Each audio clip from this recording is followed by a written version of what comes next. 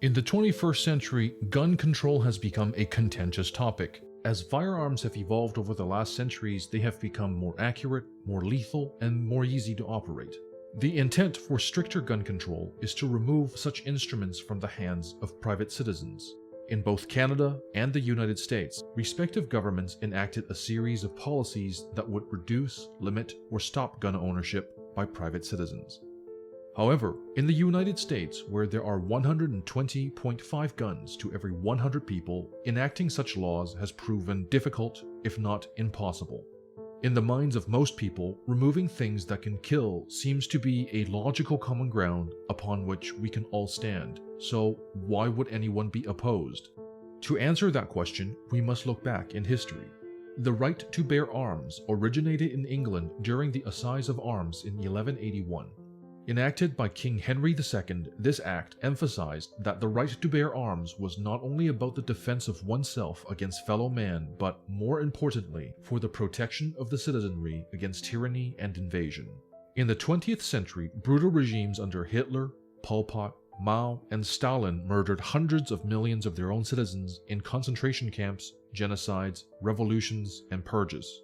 If we took the average number of US gun homicides per year between 2006 to 2019 of 9,524 cases per year, it would take over 629 years for the same number of victims to die from gun violence compared to the number of Jews killed by Hitler, or 10,500 years to the number of Chinese killed by Mao. Amidst the production of this video, the Freedom Convoy of 2022 is ongoing. Canadian Prime Minister Justin Trudeau repeatedly called protesters fringe minorities who are racist, misogynist, and who take up space. On February 14th, he illegally invoked the Emergencies Act, during which government-hired mercenaries brutally cracked down on peaceful protesters.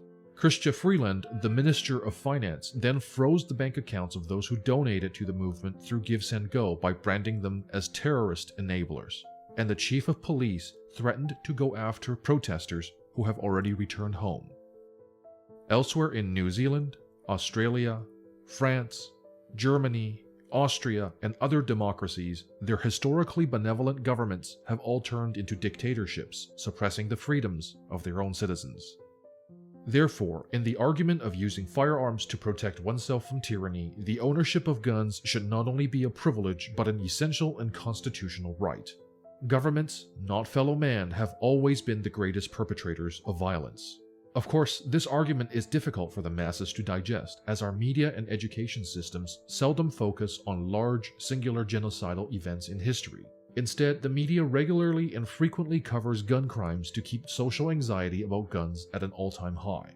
After all, people are less likely to worry about 100 million people murdered by their own government 70 years ago if they are constantly worried about grocery store robberies. However, we must keep in mind that gun violence is very tragic.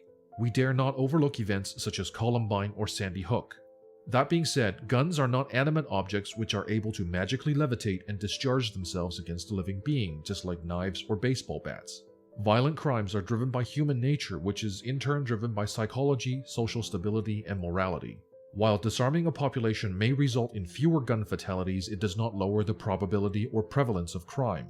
In England, where guns are difficult to purchase for private citizens, there are still 40 to 50,000 cases of knife offenses per year. Furthermore, most gun regulations would only deter lawful and legal gun owners who are more likely to be enthusiasts and hobbyists.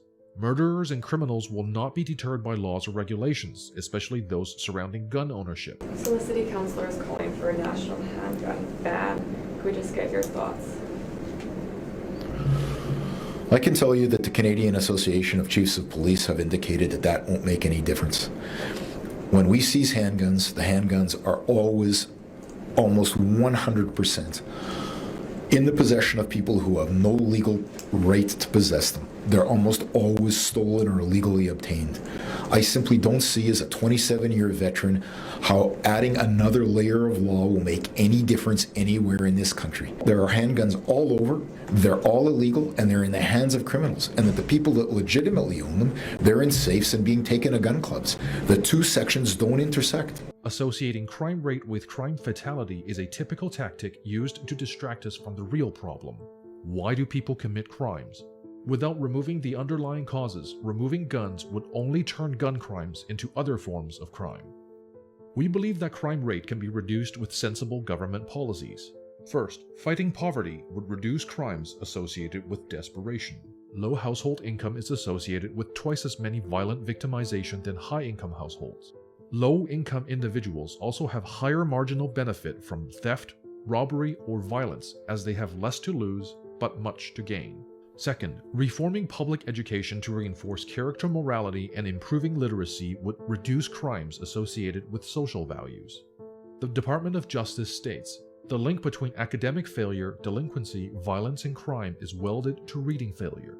Over 70% of inmates in America's prisons cannot read above a 4th grade level. According to the National Assessment of Adult Literacy, 2/3 of students who cannot read proficiently by the end of 4th grade will end up in jail or on welfare. Furthermore, 85% of all juveniles who interface with the juvenile court system are functionally low literate.